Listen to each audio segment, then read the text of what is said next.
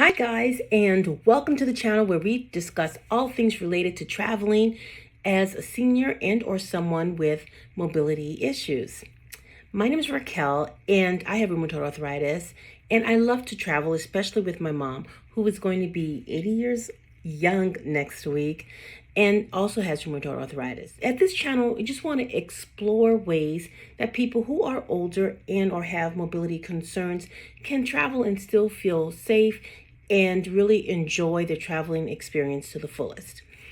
Now, I just got back from traveling to Barcelona, not with my mom, with my husband. But when we went, I was really trying to look at everything through the eyes of someone who is maybe traveling as a senior or with mobility concerns. So in this video, I'm going to talk a little bit about what I found to be true about Barcelona, and if I think that it is something that's doable for someone who is, older and has mobility issues. So let's get into it. My husband and I just got back from a trip where we spent one day in Barcelona. It was a really quick trip because it was a pre-cruise day for us. So we flew into Barcelona International Airport, and we basically did an overnight in Barcelona. So let's start off with the airport. The airport in Barcelona, completely and totally accessible.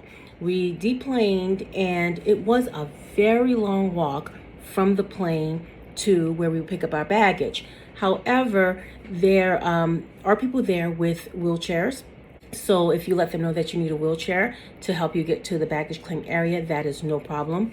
Or if you're someone who can walk a bit and, you're okay with that, there are several people movers placed throughout the journey from the plane to the baggage claim area. And of course, there are plenty of places for you to sit. Now, after you get your bags, very short walk from the baggage claim area to ground transportation. Now, they're not big on Uber in Barcelona like we are here in the US. So I would recommend just taking a taxi if you don't have any prearranged transportation. Access to the taxis are very, very easy. So you just walk out right from the baggage claim area and enter the taxi queue. And, there'll be someone there to help you get your taxi and take you into the city where your hotel is. So we did that, got a taxi. I mean, it might have taken barely 5 minutes for us to get a taxi, and that was with a little short queue. So they're really fast. So we get in, we go to our hotel. It had a restaurant and a bar on location, and it's right on the main strip and really close to another really famous street in Barcelona called La Rambla. And so it's walking distance to La Rambla, which, opens up a whole lot for you. So I would recommend that. Another thing a lot of people have concerns about when they're traveling to European countries is like, oh, the cobblestone streets, how am I going to get around in my scooter or my wheelchair? Well, let me tell you, Barcelona, they're pretty they're pretty on the ball when it comes to that, because most of the streets that we were on, fully modern paved streets. Now, maybe if you go into more of like an old town area or something like that, you might come across more cobblestone streets or streets that are more difficult to traverse. But we did not have that problem at all. There were ample cutouts in the curb, like the ADA cutout, so that you would not have a problem crossing the street in your scooter or your wheelchair. And as a matter of fact, when we went and took a little stroll down La Rambla, which is, like I said, a big tourist attraction, it's basically a really huge pedestrian boulevard, and it's just tons of shops, and it's very touristy, but it's still fun, and it's great for people watching. I saw countless scooters and wheelchairs, so you will feel comfortable, and I think that it would be, pretty easy for you to manage. Another big thing that people like to see when they're in Barcelona is La Boqueria. Now, La Boqueria is like a food market. It's covered, but you still get a feeling like you're outdoors, And I found it to be very accessible. It's right off of La Rambla, so you just go into the market. It's all flat, big wide aisles. Now, It is a big tourist attraction, so it is a little tricky to navigate, but not impossible. So even if you're in a scooter or wheelchair, it is easily accessible. If you're walking, plenty of places to sit, take a little break. There are restaurants in there, bars in there. So, you have a lot of places where you can sit, chill out for a little while, and then get your energy and your stamina up and continue shopping. So definitely, La Boqueria is not a problem if you have mobility concerns. Another place that is on a lot of people's must-see list when visiting Barcelona is La Sagrada Familia. It is an amazing basilica that is still actually under construction. So we went, and like I said, I was trying to see if it would be good for someone that's maybe traveling in a scooter or a wheelchair or has mobility issues. And what I found is that they've taken a lot of things into consideration at the basilica to make it accessible. So there is an accessible entrance. So there are several different entrances to the basilica, but there are clearly marked signs that let you know which one is set up for accessibility.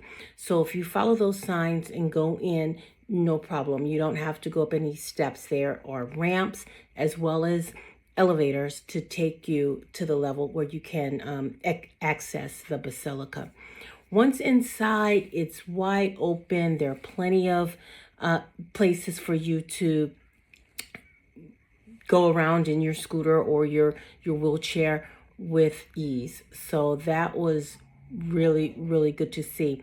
And also what I noticed is that there are a few wheelchairs there at the Basilica for emergency use. So if you get there and you can't walk as much as you thought you could, or you need some sort of assistance, there are wheelchairs there that are available. Staff will help you access those. Now, one caveat is if you want to do a tour of the tower. So at the Basilica, there are two towers. There's what they call the Nativity Tower, and there's also the Passion Tower. Both towers are not by any means accessible, because even though there is an elevator to take you up to the top of the tower, you have to come down manually. I mean, on foot. You have to walk 400 plus steps down.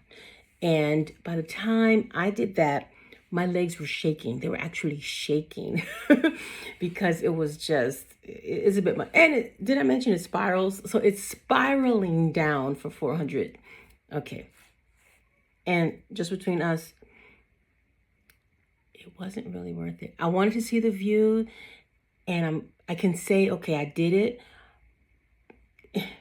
You get a view through the smallest of windows, and you're like peeking out of it, and then there are people behind you, so it's like you can't stay there and gawk a long time because there's no two people passing down the stairs. I mean, you're like, you have to wait until the person in front of you moves. And no, I'll see the Basilica La Sagrada Familia. It's a creation of Antonio Gaudi. Very historical, amazing, 110% recommend that. To take the extra tour to the tower, you're good if you don't. So we didn't get to see a whole lot. I would like to go back. I would like to take Mom. And having gone there and scoped it out, I think she'd be totally fine there. And when I go back, I will get some more information. Hopefully I'll be there for more than a day. Like I said, this was a pre-cruise day. We were boarding a Virgin Voyages cruise, so I'll have a lot more content on that because that was quite an experience. So stay tuned for future videos on the Virgin Voyages cruise out of Barcelona. But as far as the pre-cruise day, I think we packed a lot in. We got to see a lot, and I got, a glimpse of just how accessible overall Barcelona is. And I'd say that it is pretty accessible. Just take your proper planning, call ahead, make sure that your hotel has an elevator, make sure that they can accommodate you. And other than that, they speak a lot of English there. Everyone was really friendly, even though we were there the weekend that they were like mad at tourists. we were like right there and saw nothing. So for my experience, everybody was super friendly and we had, a great 24 hours in Barcelona. So anyway, thank you so much. I hope this has shed a little bit of light on your travels to Barcelona. And I will continue to try to get more and more information so that you can travel with comfort and confidence and get out there and see this big, beautiful world. Thank you so much for watching.